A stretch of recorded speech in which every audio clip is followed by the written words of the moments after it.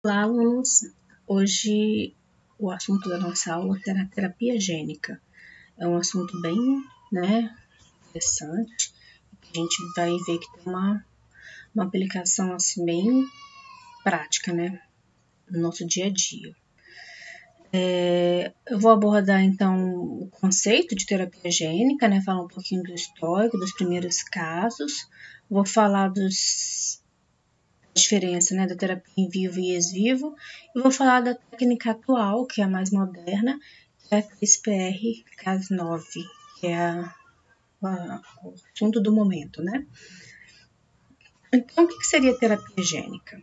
Seria um procedimento destinado a você introduzir um gene sadio, o gene terapêutico, para substituir o gene que está inativo, ou funcional. Ele funciona, mas funciona proteína defeituosa, por uma mutação. Então, a partir do momento que a gente começou a entender como funcionava aquele dogma, você tem o DNA forma o gene forma a proteína, e a proteína que dá o fenótipo, Principalmente na nossa metabolismo, as principais doenças genéticas são erros de metabolismo. Quando a gente começou a entender, as doenças, que as doenças eram causadas por problemas, mutação nos genes, ou o gene estava deletado, ou o gene estava com stop codon e não era lido, ou a proteína era produzida, mas era uma proteína meio, não funciona direito. Qual foi a primeira ideia? Gente, como a gente faz para alterar isso, Como a gente faz para consertar esse gene, E aí, a gente tem um histórico aqui, eu vou mostrar o que foi dessa doença, vou contar como era essa doença. Acontece que os portadores dessa alteração desse gene, ela não tinham um sistema imunológico saudável, não conseguia formar um sistema imunológico. Então, era vulnerável a qualquer micro-organismo que ele tivesse contato, qualquer bactéria, qualquer vírus, qualquer fungo, tá? Então, crianças com essa doença, elas tinham muita infecção e raramente conseguiam chegar à idade adulta, Sem um sistema imune, fica difícil. Então, esse é o caso mais famoso desse menino. Assim que ele nasceu, que descobriram que ele tinha esse problema, desde bebê ele tinha que viver numa bolha, estéril, isolado, Então, as pessoas passavam aqui as coisas para ele, era conhecido como o menino da bolha. Depois a NASA, ele ficou muito conhecido que a NASA fez um suporte para ele, tá vendo? Para em vez de ele ficar preso nessa bolha, ele poder sair. Só que ele saía com essa roupa tipo de astronauta, tá vendo? Todo empacotado para não ter contato, porque a gente sabe que existe bactéria no ar, em qualquer lugar que você encosta, existem bactérias. Nosso sistema imune, ele consegue defender a gente dessas bactérias, mas sem sistema imune, você fica suscetível a qualquer micro-organismo, tá? Então, que tá aqui, ele era conhecido como o menino da bolha. Ele morreu aos 12 anos, quando foi tentar fazer um transplante de medula, Tentar botar uma medula que conseguisse produzir as células de defesa, glóbulos brancos, mas daí não deu certo e não sei se ele se contaminou, eu sei que ele morreu. Mas essa doença foi o primeiro caso que se tentou uma terapia gênica, e foram feitos vários, e foi o primeiro caso com sucesso. E aquele menino era de 1970, Ele nasceu, era da década de 70. Em 90, essa menina, essa Shanti, ela também tinha essa síndrome, que tá ela com 4 anos de idade, e ela também tinha essa doença, da síndrome da bolha, que chama imunodeficiência combinada grave, e eles fizeram a terapia gênica nela e funcionou, e tá aquela que é adulta, tá? Não é incrível isso? Então, esse é o histórico do primeiro caso com sucesso. Depois disso foram tentadas em várias outras crianças desse tipo, em outras doenças. Uma época que parou, deu um problema com uma pessoa que tinha hemofilia. Ela acabou morrendo por causa do vírus, Vou falar com vocês que o vírus é utilizado como vetor e aconteceu algo, ele morreu.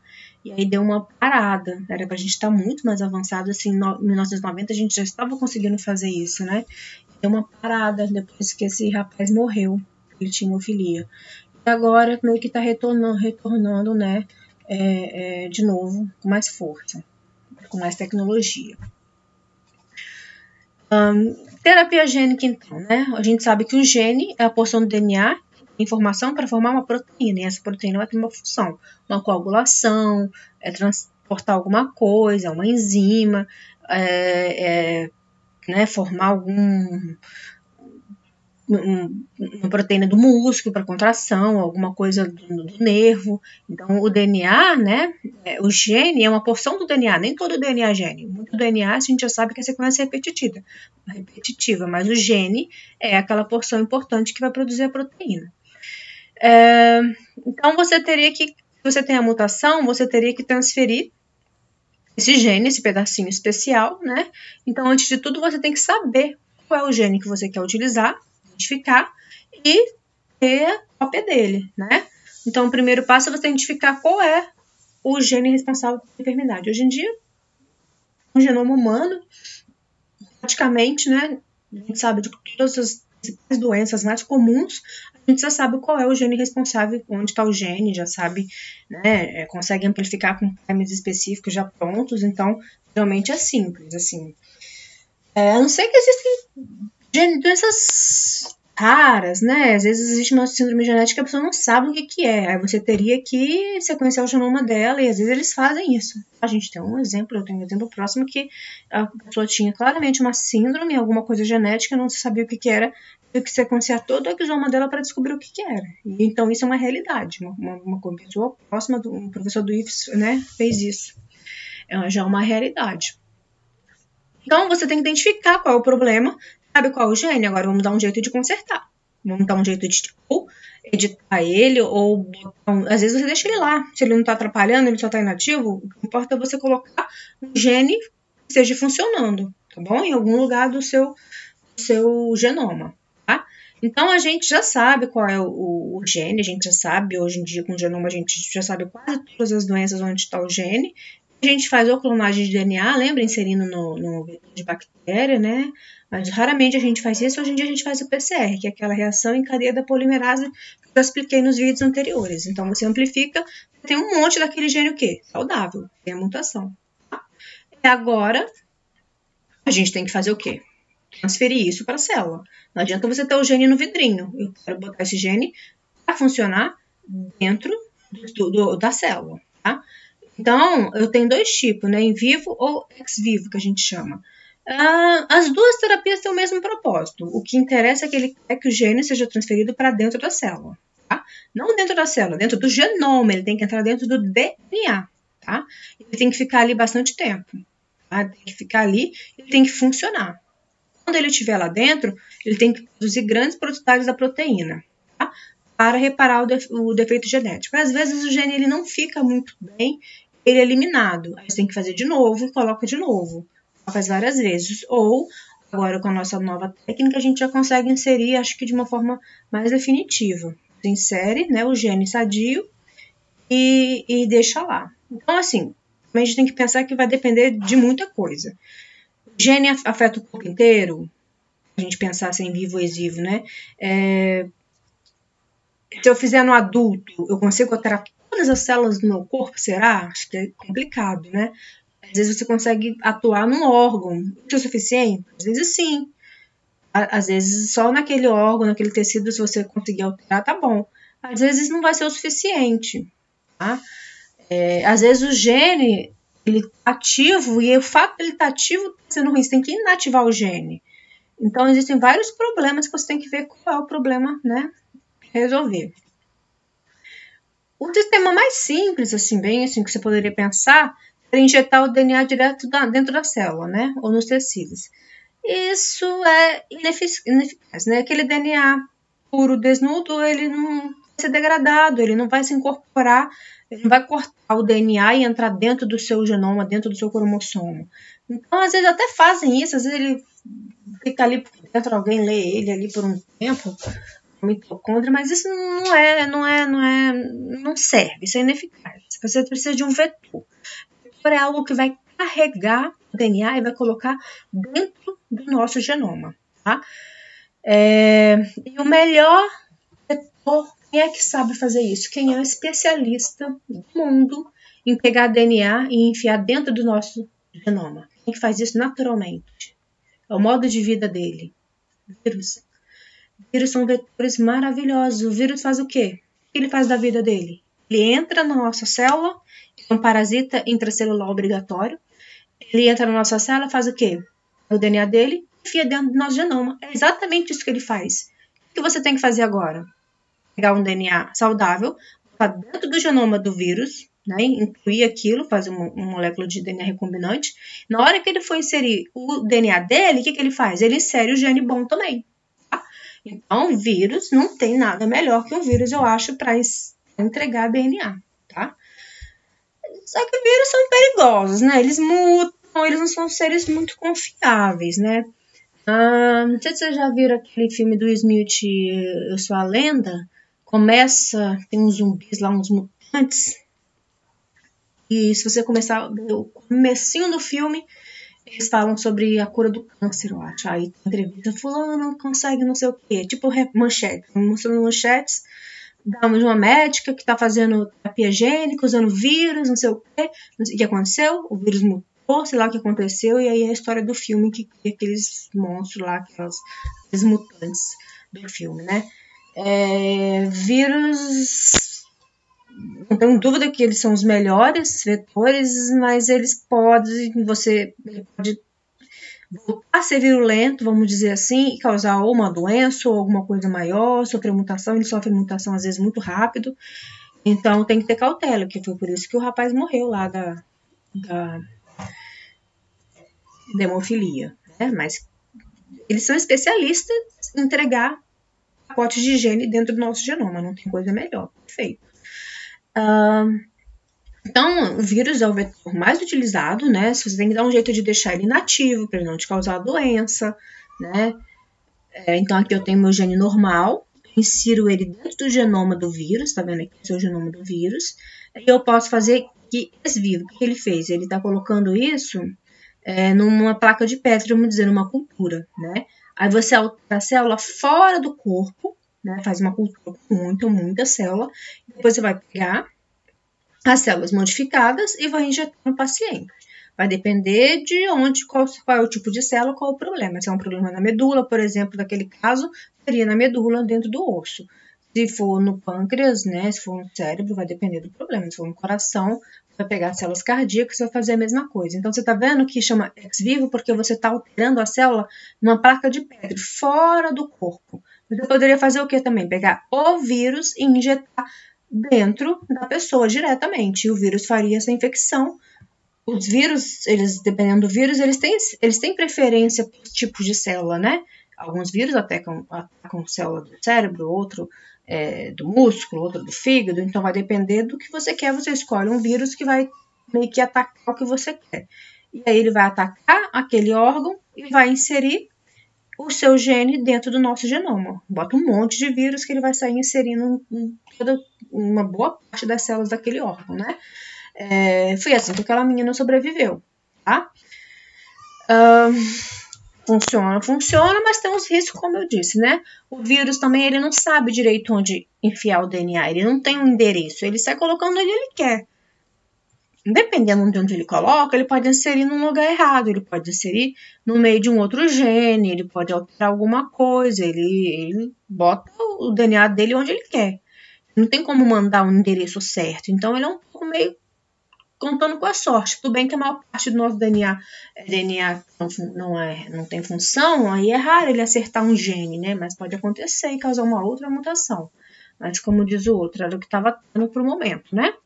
E aqui eu tenho, então, viva quando eu pego os meus vetores, os vírus, injeto o vírus dentro da pessoa. A alteração genética vai acontecer dentro da pessoa. Ex vivo, eu altero primeiro as células na placa de Petri, depois que as células são transformadas, eu insiro as células, não o vírus. Vai depender muito de qual é o problema da pessoa, qual é o órgão que você quer atingir, qual é a deficiência, aí vai depender qual modo você escolhe. Ou você injeta o vírus para o vírus infectar, ou você altera as células. Geralmente, células de medula, o mais eficaz é você fazer esse tipo aqui. Tá? E agora, eu vou falar, né, de uma outra maneira de você alterar o DNA, é o CRISPR. Vem dessa abreviação aqui em inglês, né? significa que cluster é agrupamento, né? Quer dizer que são repetições agrupadas palíndromes com espaçamento regular. Isso que significa essa sigla aqui do CRISP, né? Que é essa abreviação aqui.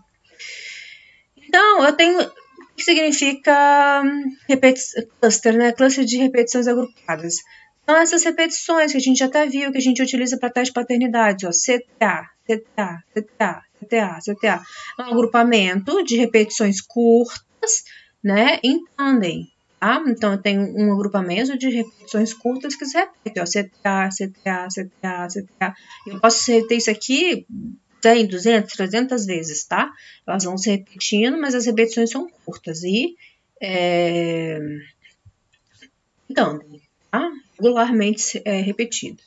E uma região palíndrome, a gente já falou sobre isso também. Você pode ler direita para esquerda ou para esquerda para direita. Ó, G-A-A-T-T-C. Lê para baixo agora. G-A-A-T-T-C. Então, isso é uma região palíndrome. Isso é utilizado para cortar, as bactérias usam para cortar, né, as enzimas de restrições. Elas só cortam em regiões palíndromes. Ela reconhece essa região palíndrome. E ela vai precisar de reconhecer essa região palíndrome porque o CRISP é um mecanismo, assim como as enzimas de restrição, de defesa de bactéria, contra bacteriófagos, que são vírus que atacam as bactérias. Então, ela tem esse sistema de defesa que também reconhece as regiões palíndromes. Ela faz isso provavelmente para ela evitar de cortar seu próprio DNA. Ela não tem como saber o que é DNA dela, o que é do vírus. Então, ela fez algo que ela não tem essa sequência para ela, quando ela encontrar essa sequência, ela cortar. Esse CRISP, eu vou passar um videozinho depois para explicar melhor. Ele agora já está sendo utilizado, já nasceram, né? Diz aqui, isso aqui foi de 2018, né? Na época foi um bafafá.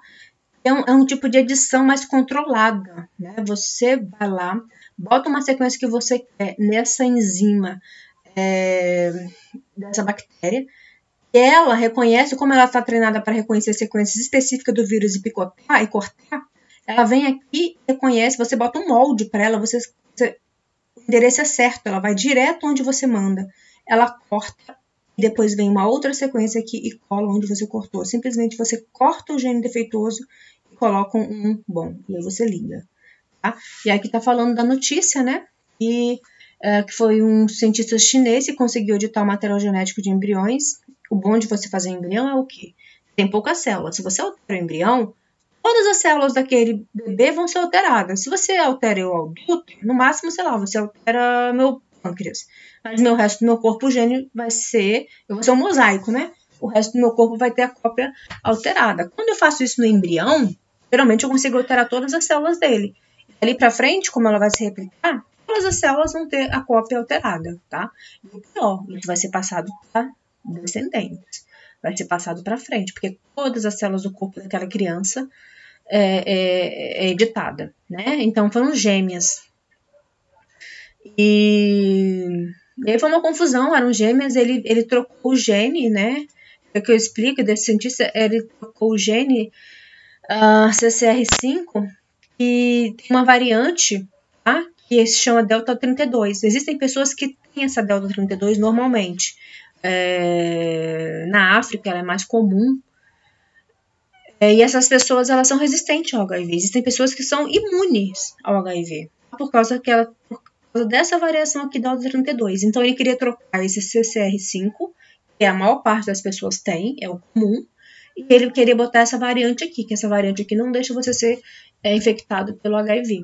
Aí ele fez isso com as bebês gêmeas, né? Ou pelo menos disso, foi muito controverso, isso não estava autorizado para ser feito em humanos. Os chineses, eles fazem essas coisas com célula-tronco, eu não sei como é que é a lei lá direito, eles fazem umas coisas assim, clonagem já anunciaram, mas é umas coisas meio esquisitas, né? Então ele diz ele que fez isso, e aí essa criança seria imune, né? O corpo todo dela seria imune ao HIV, entenderam? Ele trocou esse gene, que é comum, que todo mundo tem, essa variante que é raríssima, mas existem pessoas que elas não conseguem contaminar com HIV. Inclusive, já teve um caso de um homem que se curou, né, da AIDS, como? Ele tinha AIDS e ainda por cima ele tinha câncer, né, porque ele era azarado. Ele tinha câncer na medula que fizeram? Destruíram toda a medula dele, né, sanguínea, que lá que tem células brancas, né, que o vírus HIV, ele ataca exatamente as células do sistema imune, destruíram todas as células e fizeram um transplante de medula com uma pessoa que tinha essa variante aqui, da 32. Aí, ao mesmo tempo, curou ele do câncer, da leucemia, e ainda por cima curou ele da AIDS. Porque daí, agora, qualquer vírus que tivesse ali, se tentasse entrar de novo, não conseguia. Ficou algum latente, né? E aí, curou. Mas isso não é uma cura de verdade. Só deu certo porque ele já era azarado, já estava com leucemia, mas você não pode fazer isso com qualquer pessoa porque você destruiu todo o sistema imune dela. Não é legal, né? Isso aí só faz porque ele já ia morrer mesmo, já estava muito ruim, fizeram isso e deu certo. Ele foi o primeiro paciente a ser curado da AIDS. E aí, então, né, já notícia, como eu tinha mostrado no slide anterior, e aqui eu tenho uma outra notícia, também peguei aqui na BBC News. Eles conseguem, né, apagar uma doença cardíaca. Eles conseguiram remover um pedaço defeituoso do DNA que era responsável por uma doença cardíaca fatal, né?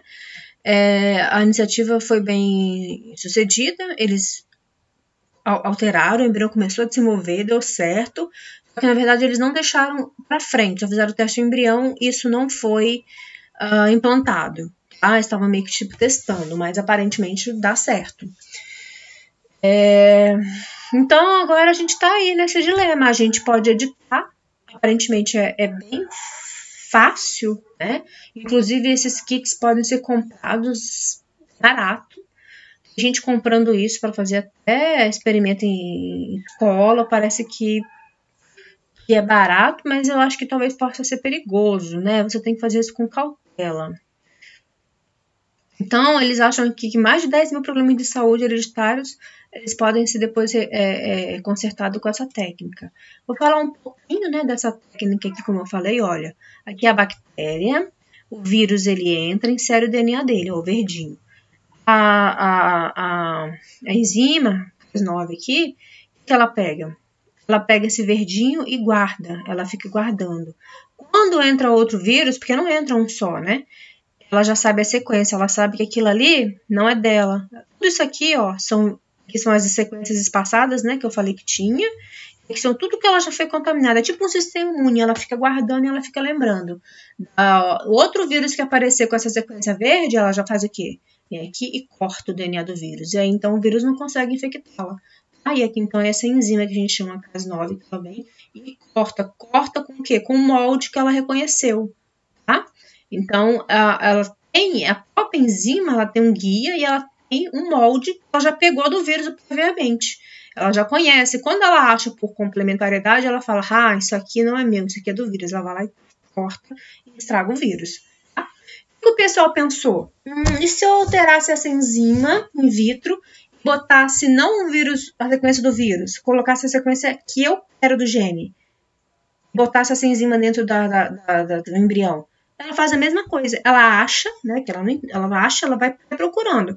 Achou a complementariedade, o que ela vai fazer com o gene? Vamos supor que é um gene ruim. Vem aqui e corta o gene, tá bom? Tira o gene fora. E aí você vai lá e coloca as sequências corretas com essas, né? Ela achar onde ela tem que se encaixar, ela vem aqui e se encaixa no lugar correto. Você corta o gene ruim com essa enzima, você modificou a sequência que ela reconhece, é específica em procurar sequências que ela tem, né, ela tem a própria sequência nela, você coloca artificialmente uma sequência de um gene e ela sai procurando no nosso genoma. Então, ela não sai botando aleatoriamente, ela vai colocar onde ela achar. Ela achou o gene errado, ela vem aqui e corta. Porque eu botei o gene que ela tem que achar. Ela acha, tá? E aí aqui depois eu venho e insiro uma cópia de um gene normal. Aqui eu vou botar um videozinho explicando mais ou menos isso aqui com uma animação.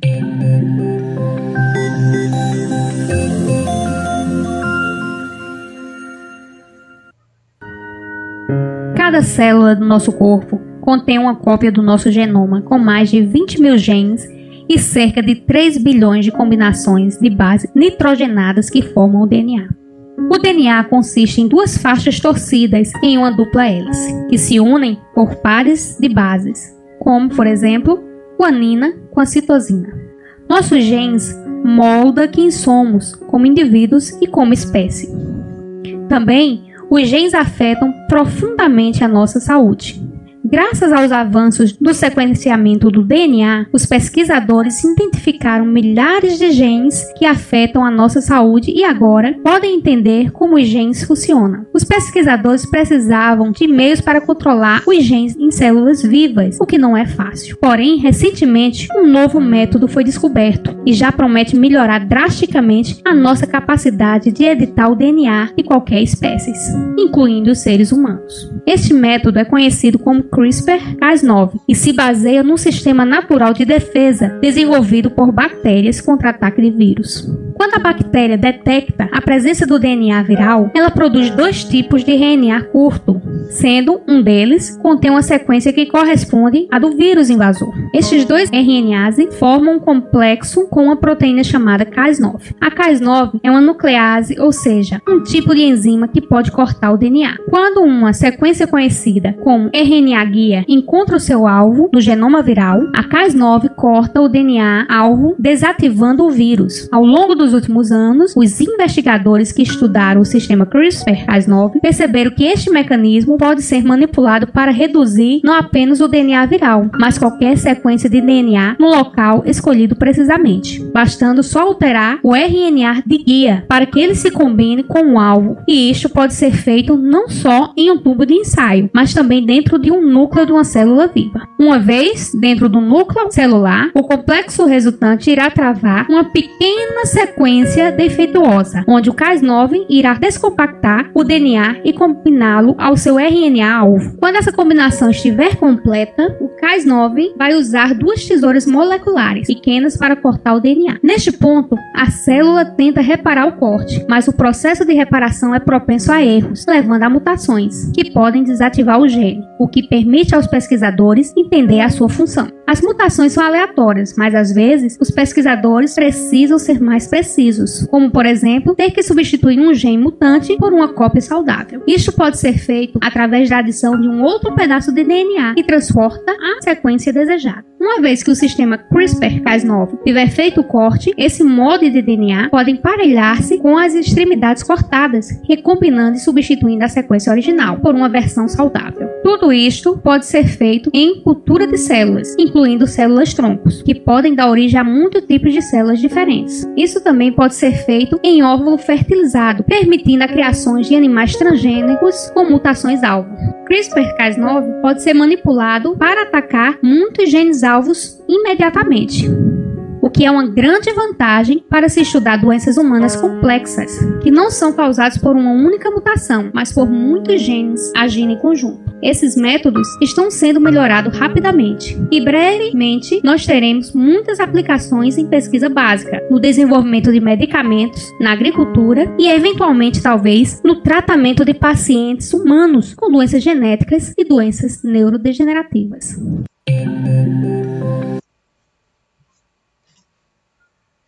Então, vocês viram ali como é que é a técnica, né? A enzima, ela pega o pedacinho do DNA, que seria do vírus, é um sistema de defesa da bactéria. E aí que entra a biotecnologia. A gente aprendeu a pegar esse sistema de defesa da bactéria, a gente agora pega pra gente, bota a sequência que a gente quer e bota essa enzima para cortar o DNA que a gente quer. É exatamente um corta e cola. Ela corta o que você mandou ela reconhecer, você coloca uma sequência terapêutica, um gene terapêutico, e aí a pessoa, né, vai estar com a versão correta, né? Então, isso funciona para algumas doenças, depende de uma expressão local, né? No adulto fica mais difícil você mudar todas as células, mas se você tem uma doença genética, você é portadora, talvez você não queira passar isso para o seu filho, você pode fazer isso em embriões. Então, agora é o que a gente chama de bebês editados, né? Teoricamente, agora a gente pode melhorar a raça, né? Existem muitos filmes assim, existe um filme que chama Gattaca. É bom para vocês olharem também, que é tipo... Ele é bem antigo, mas ele já imaginava isso, que os bebês no futuro seriam todos projetados. Por que você vai deixar nascer um bebê míope, problema cardíaco, problema no rim, com qualquer doença genética, ou, sei lá, se você conseguir alterar a beleza, Não sei, você pode alterar tudo. Para que você vai ter um filho anão se você pode ter um filho alto? Ou se você descobrir algo em relação à inteligência, por que você vai ter um filho burro se você pode ter um filho inteligente? Então, você poderia editar seu filho, inclusive botando as características que você quer. Eu quero um cabelo cacheado, eu quero uma pessoa magra, eu quero sei lá o quê. Você poderia editar nesse filme no futuro, né? Todas as crianças são editadas, então não existe ninguém míope, ninguém com problemas, né, com asma, qualquer coisa genética que tenha diabetes, qualquer coisa que tenha um componente genético. Todo mundo era proibido nesse filme você ter bebês da maneira natural, né? E o filme conta a história de um rapaz que ele foi concebido da maneira natural. Ele era discriminado, então ele queria participar de um programa e ele tinha que burlar o sistema porque eles sequenciavam e não davam a oportunidade para bebês assim, era uma punição. Não é para você ter bebês de forma original, para você ter bebês é uma eugenia, né? É para você ter bebês o quê? Bons, né? Com genes bons. Então, parece que a gente está se aproximando, porque eu já botei notícias para vocês, né? De fatos reais, né? Que já aconteceu. E deve ter mais, que eu não fiquei procurando, esses são os mais conhecidos, mas eu acho que deve ter muito mais casos aí que vocês procurarem de bebês alterados já geneticamente. E, lembrando, quando você altera uma célula do seu músculo, do seu coração, isso fica só com você. As suas células germinativas, elas continuam com o problema, ou do jeito que você é. Quando você altera um bebê desde o embrião, todas as células delas vão ser assim, e isso vai ser passado para gerações futuras. Então, a gente está alterando o quê? O futuro genético da humanidade, né? Então, fica aí para a gente pensar a questão da ética, né? Será que é o certo? É um pouco de eugenia. Não está matando, mas você está selecionando só as características que você quer. Uma seleção artificial, vamos dizer assim. E tem uma discussão ética grande, mas essa técnica está bem barata e está acessível e eu acho que vai ser realidade em pouco tempo para todo mundo. Assim como antes o sequenciamento era uma coisa impossível, né? Era notícia de jornal, hoje em dia a gente tem pessoas próximas da gente que faz sequenciamento para ver se tem algum problema genético. Então o futuro já chegou. Apesar que tem gente que ainda acredita na Terra plana, não parece não, mas a gente está chegando no futuro. Tá joia? Então, fico aqui com o nosso slide final. Participe lá do nosso curso online. Tem outras aulas. Curtam os nossos vídeos. Até a próxima.